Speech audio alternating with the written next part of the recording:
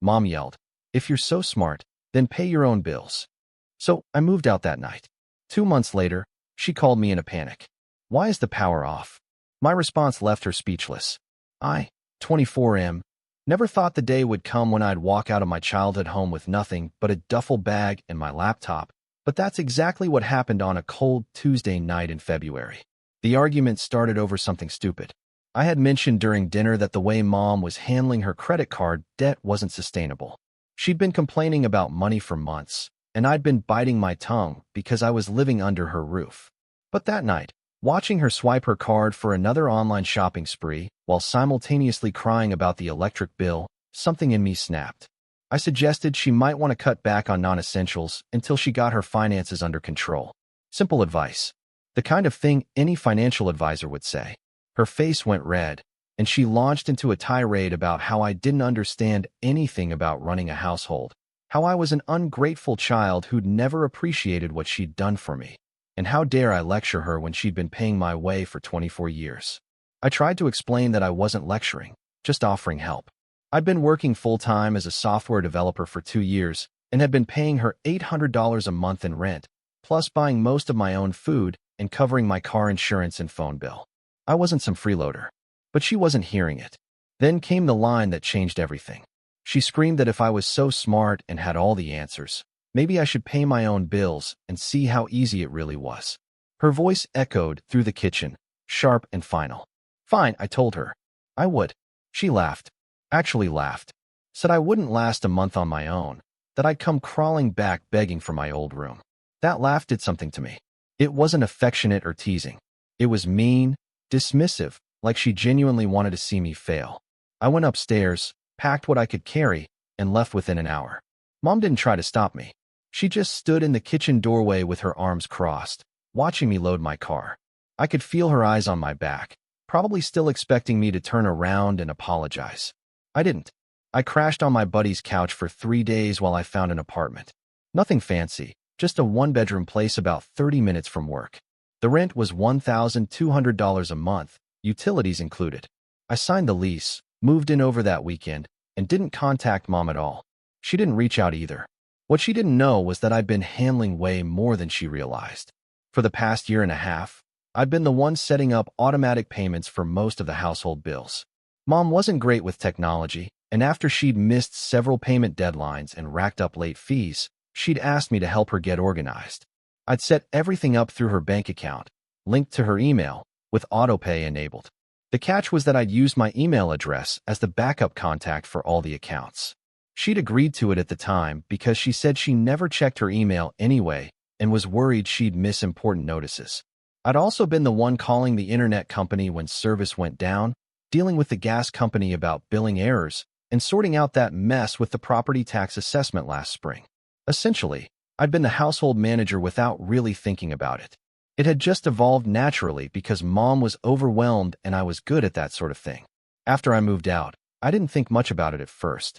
I was too busy settling into my new place, enjoying the silence, the independence, the freedom to cook what I wanted and watch what I wanted without commentary. It felt good, really good. For the first time in years, I could breathe. 2 weeks after I left, I got an automated email notification that the internet bill was overdue. Mom's account. I deleted it. Not my problem anymore. 3 weeks in, another notice came through. The gas company was threatening service interruption. I almost forwarded it to her, then stopped myself. She'd made it clear I should mind my own business. So I did. A month passed. Then 6 weeks. I heard through my aunt that Mom was telling people I'd abandoned her, that I was selfish and ungrateful, that she'd raised me better than this. It stung, but I reminded myself of that laugh, of the way she'd mocked me. I kept my distance.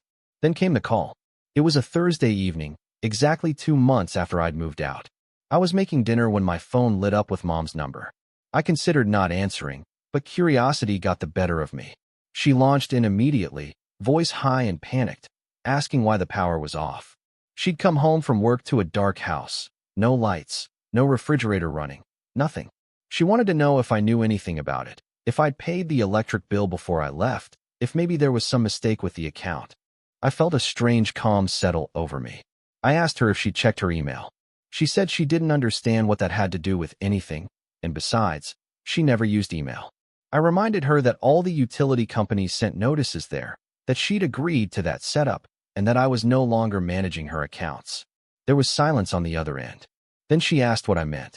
I explained, very clearly, that for the past year and a half I'd been the one keeping track of due dates, setting up autopay, and handling customer service calls.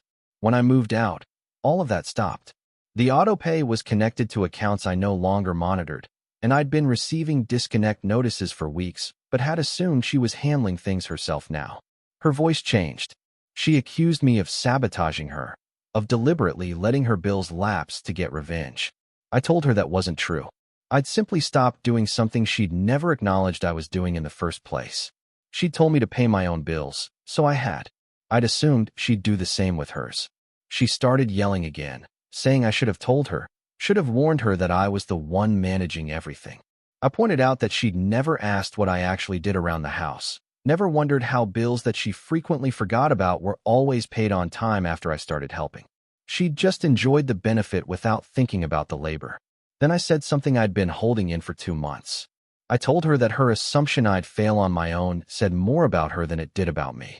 I'd been managing not just my own responsibilities, but a good chunk of hers, and I'd been doing it while working full-time and saving money.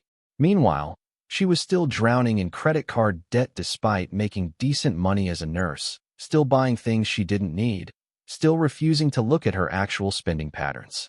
I told her the power company would turn service back on once she paid the outstanding balance plus a reconnection fee. The same went for the internet, which had been shut off 3 days ago, and the gas, which was scheduled for disconnection next week if she didn't settle up.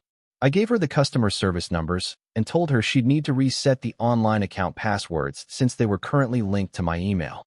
She asked if I was really going to make her handle all of this herself, in her own words, if I was really going to abandon her like this.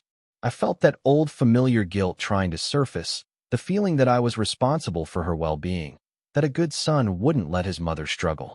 But then I remembered the laugh, the mockery, the assumption that I was incompetent. I told her I wasn't abandoning her. I was just no longer doing things she'd never appreciated or acknowledged. She was a grown woman with a career and a house. She could figure out how to pay her own bills. It wasn't rocket science. If she needed help understanding the process, there were customer service representatives who got paid to explain it. But I was done being her unpaid household manager while getting treated like a burden. She went quiet. Then, in a smaller voice, she asked if I was punishing her for what she'd said during our fight. I considered lying, softening it, but decided on honesty. I told her I was hurt by what she'd said. Yes, but this wasn't punishment. This was me taking her at her word. She'd told me to handle my own bills, implying I couldn't. I'd proven I could. Now she needed to prove she could too. The conversation ended shortly after. She hung up without saying goodbye. Update 1. I didn't hear from Mom for another 3 weeks. During that time, my aunt called me twice, trying to play mediator. She told me Mom was struggling, that she'd had to take money out of savings to cover all the overdue bills and reconnection fees, that she was stressed and embarrassed. My aunt suggested I should be the bigger person and reach out. I asked my aunt if she knew that I'd been paying rent and managing the household finances for over a year. She went quiet. Mom apparently hadn't mentioned that part when she'd been painting me as the ungrateful runaway son. I filled my aunt in on the whole situation, including the comment that had triggered my departure. My aunt sighed and said she'd try to talk to Mom, but that I shouldn't expect an apology. Mom wasn't good at admitting when she was wrong. I told my aunt I wasn't holding my breath. What I didn't expect was the email. It came on a Sunday morning, of all things. Mom had finally figured out how to use her email account, apparently out of necessity for resetting all those utility passwords. The message was short and stiff, but it was something. She wrote that she'd gotten everything sorted out with the bills and had set up autopay herself this time. She said she hadn't realized how much I'd been doing, that she'd taken it for granted, and that she shouldn't have said what she said during our fight. She didn't use the word sorry, but she said she regretted how things had gone and asked if we could talk. I sat with that email for 2 days before responding. Part of me wanted to ignore it, to let her sit with the consequences a little longer. But another part of me, the part that still remembered good times before things got complicated, wanted to at least hear her out. I suggested we meet for coffee at a neutral location. She agreed. The coffee shop meeting was awkward at first. Mom looked tired, older somehow. She'd lost some weight, and there were circles under her eyes. We ordered our drinks and sat in a corner booth, both of us dancing around the real conversation. Finally, she admitted that the past 2 months had been a wake-up call.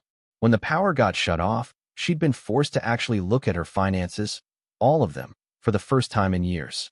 She'd been avoiding it because it was overwhelming and depressing, letting things pile up and hoping they'd somehow resolve themselves. Having me there to handle the logistics had let her continue avoiding reality. Without me as a buffer, she'd hit rock bottom pretty quickly. The utility shutoffs were just the beginning. She'd also missed a credit card payment, tanked her credit score further, and had to face the fact that she was living paycheck to paycheck despite making $70,000 a year. She'd finally made an appointment with a financial counselor, something I'd suggested months ago that she'd dismissed. I listened without interrupting. When she finished, I acknowledged that it took courage to admit all that.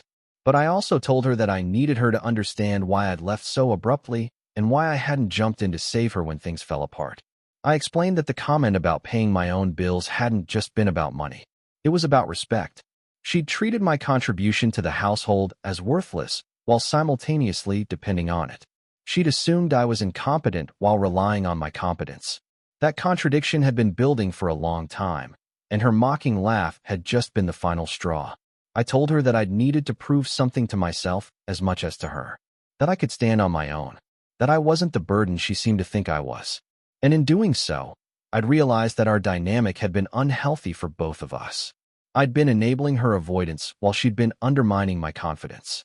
Mom was quiet for a long time after that. Then she said something that surprised me. She admitted that she'd been jealous.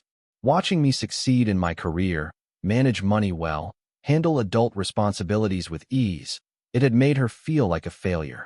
She was older, supposedly wiser, but she was drowning while I was swimming. Instead of being proud, she'd felt threatened. So she'd lashed out. It was the most honest she'd been with me in years. Maybe ever. I told her I understood, but that her feelings didn't excuse her behavior. She nodded and agreed. Then she asked what I needed from her to move forward. I thought about it carefully. I told her I needed boundaries. I wasn't moving back home, and I wasn't going to resume managing her bills. If she wanted help understanding something specific, I'd be willing to offer advice, but the actual execution had to be on her. I also needed her to stop telling people I'd abandoned her. What I'd done was establish independence, which was healthy and normal. She agreed to all of it. She even apologized, actually using the word this time, for what she'd said and for how she'd treated me. It wasn't a perfect apology, and I could tell it was hard for her, but it was real. We didn't fix everything that day. Relationships don't work like that. But it was a start. Update 2. It's been 4 months since that coffee shop conversation, and things have slowly improved. Mom and I talk on the phone every couple of weeks now, and I've been over to the house twice for dinner. It's still a little strained sometimes, but there's less resentment on both sides. The biggest change has been in Mom herself. She's actually sticking with the financial counselor, and I've seen real progress. She showed me her budget spreadsheet last time I visited, proud of herself for tracking expenses for 3 consecutive months. Her credit card debt is down by about $3,000, and she stopped the impulsive online shopping. She even canceled some subscription services she'd forgotten she was paying for. She's also become more self-sufficient with the household management stuff. She set up a filing system for bills and important documents, something she'd always avoided before. When the water heater started making weird noises last month, she called a plumber herself instead of panicking and calling me. Small victories, but they matter. As for me, I'm thriving in my own space. I got a promotion at work, picked up a side project that's bringing in extra income, and I've been dating someone I really like. Living alone has given me the mental clarity to figure out what I actually want from life, rather than just reacting to someone else's chaos. The thing that surprised me most through all of this is that setting boundaries didn't destroy my relationship with Mom. If anything, it saved it. We're not as close as we were before, but what we have now is healthier. It's built on mutual respect rather than codependency. Sometimes I think about that night I packed my bag and walked out. How angry and hurt I felt. How uncertain I was about whether I was doing the right thing. Looking back, it was the best decision I could have made.